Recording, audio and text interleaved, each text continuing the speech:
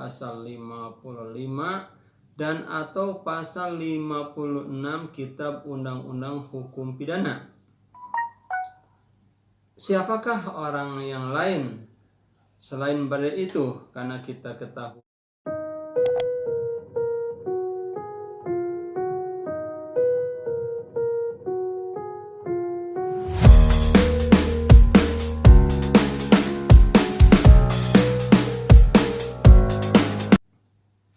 Assalamualaikum warahmatullahi wabarakatuh, sahabat-sahabatku di mana saja berada.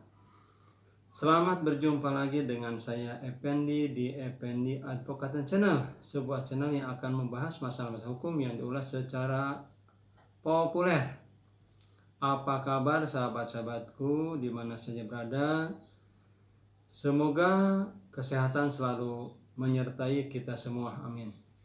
Kali ini kita masih membahas mengenai kasus Brigadir J, di mana akibat kasus Brigadir J ini sampai saat ini akibatnya telah ada mutasi terhadap 3 perwira di Kepolisian Republik Indonesia.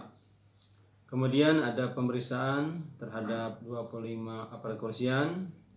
Jadi proses terhadap penyidikan perkara Brigadir J ini terus dilakukan oleh pihak Kepolisian Republik Indonesia.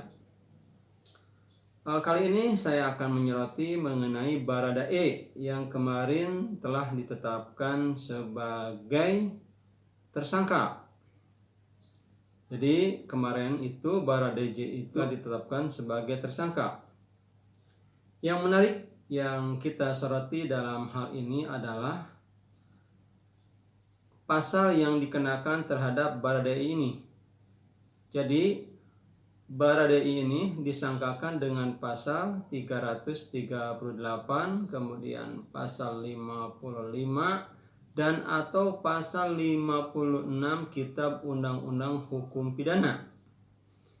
Dikenakannya pasal 338 artinya Baradae ini adalah disangkakan telah melakukan pembunuhan biasa. Jadi sahabat-sahabatku sekalian, pembunuhan itu ada 2 macam, pembunuhan biasa dan pembunuhan berencana. Untuk Baradae ini disangkakan adalah pembunuhan biasa. Apa itu pembunuhan biasa? Pembunuhan biasa adalah pembunuhan yang dilakukan seketika tanpa perencanaan.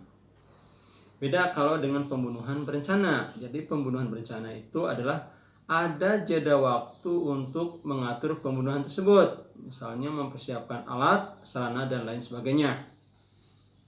Pengenaan pasal 338 ini tentunya berbeda dengan sangkaan selama ini. Karena beredar kabar bahwa sebelum dilakukannya pembunuhan terhadap Brigadir J ini telah ada ancaman dari pihak tertentu kepada Brigadir J. Walaupun kita mendengar alasan dari Bareskrim bahwa pengenaan pasal 338 ini karena proses penyidikannya masih berjalan. Jadi artinya bisa berkembang lagi pasal yang dikenakan terhadap Baradae ini.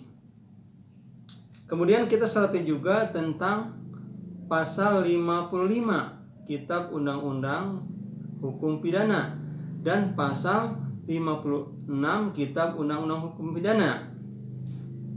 Pasal ini dikatakan sebagai pasal pernyataan.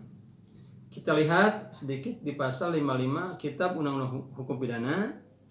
Di sana dinyatakan yang melakukan atau menyuruh melakukan atau membantu melakukan atau memberikan janji dan lain sebagainya dalam tindak pidana tersebut.